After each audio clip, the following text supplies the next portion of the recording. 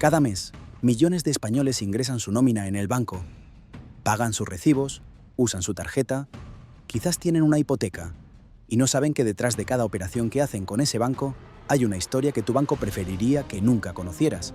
BBVA y Banco Santander son hoy los dos bancos más grandes de España. Entre los dos, gestionan el dinero de más de 30 millones de españoles. Sus presidentes aparecen en los foros económicos más importantes del mundo. Sus beneficios anuales se cuentan en miles de millones. Y todo eso es verdad. Pero hay otra verdad que no sale en los anuncios de televisión, que no aparece en las campañas de imagen y que cientos de miles de familias españolas conocen muy bien. Para entender lo que ocurrió, primero tienes que entender cómo gana dinero un banco de verdad. No el dinero que ves, el de los intereses y las hipotecas, el dinero que no ves.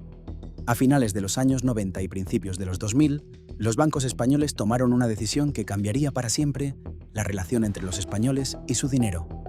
Decidieron que la época de los tipos de interés altos iba a terminar. El Euribor llevaba años bajando y los economistas preveían que seguiría haciéndolo. Y entonces hicieron algo que, visto desde hoy, resulta difícil de creer. Diseñaron una cláusula. La metieron en cientos de miles de contratos de hipoteca y se aseguraron de que la mayoría de sus clientes no entendieran exactamente lo que estaban firmando. La llamaron cláusula suelo. La idea era esta.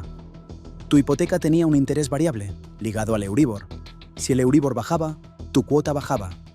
Eso era lo que el banco te había explicado en la oficina, lo que te habían prometido, lo que tú creías que ibas a tener. Pero enterrada en las páginas centrales de tu escritura, en un párrafo técnico rodeado de otros párrafos técnicos, había una condición que lo cambiaba todo. Aunque el Euribor bajara todo lo que quisiera, tu interés nunca bajaría por debajo de un mínimo fijado de antemano. Un suelo.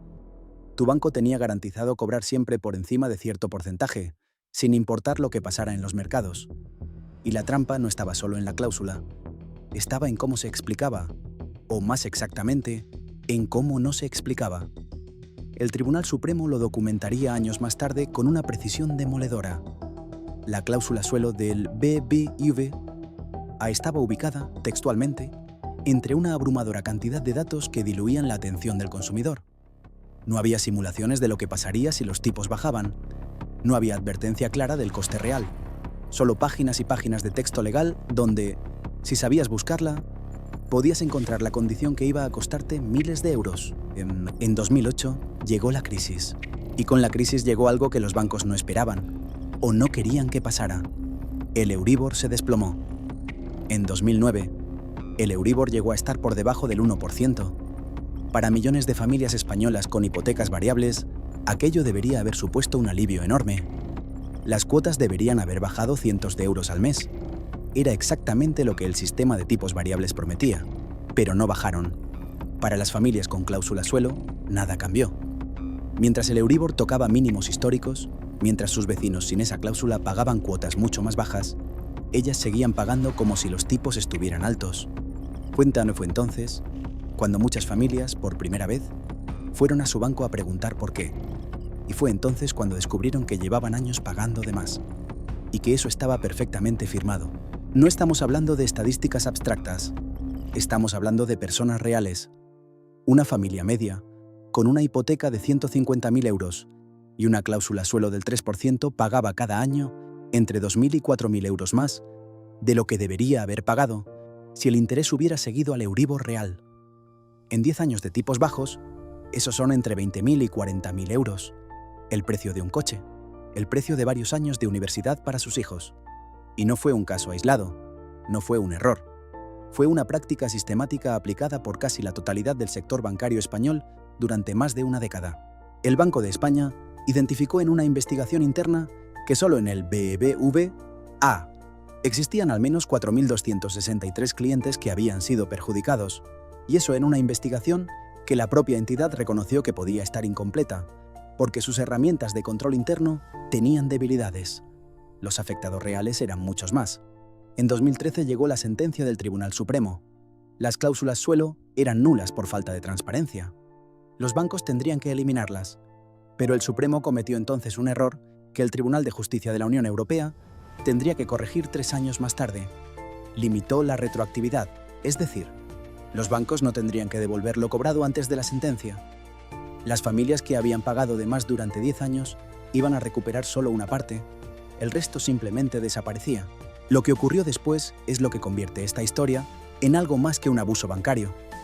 El Banco de España tenía documentado desde 2013 que el BBVA había aplicado cláusulas suelo en contratos donde esa cláusula no existía. Cargaron el coste a clientes sin tener derecho legal para hacerlo.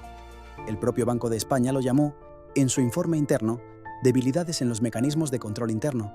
No fue una sanción, no fue una multa, no fue una investigación penal. Fue un eufemismo burocrático para describir lo que cualquier persona corriente llamaría otra cosa.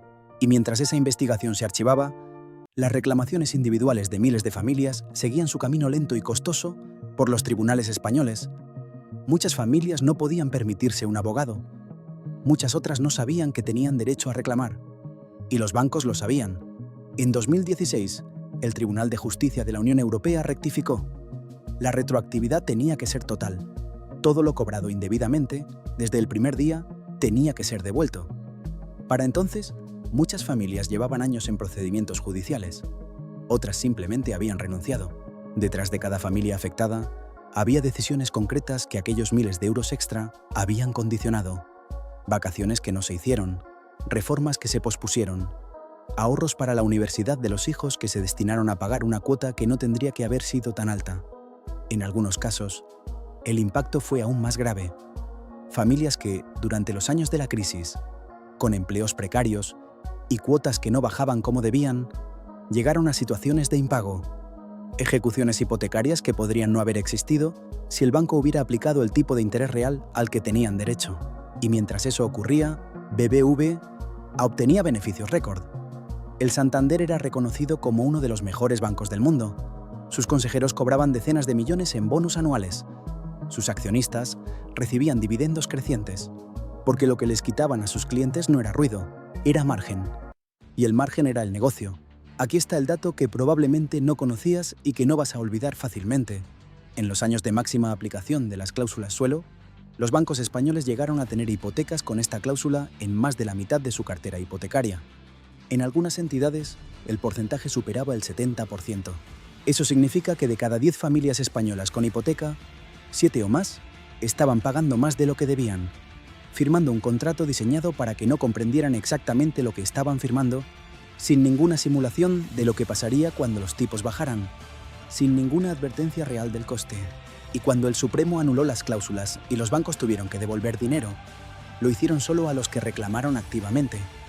El resto, los que no sabían, los que no podían permitirse el proceso, los que simplemente confiaron en que su banco les había tratado bien, nunca recuperaron nada.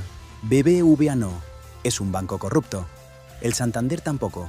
No hay aquí dinero negro ni cuentas en paraísos fiscales, aunque de eso también podríamos hablar en otro capítulo. Hay algo más difícil de procesar. Dos de los bancos más grandes del mundo diseñaron durante años contratos que sus propios clientes no podían entender completamente, se beneficiaron de esa incomprensión durante más de una década.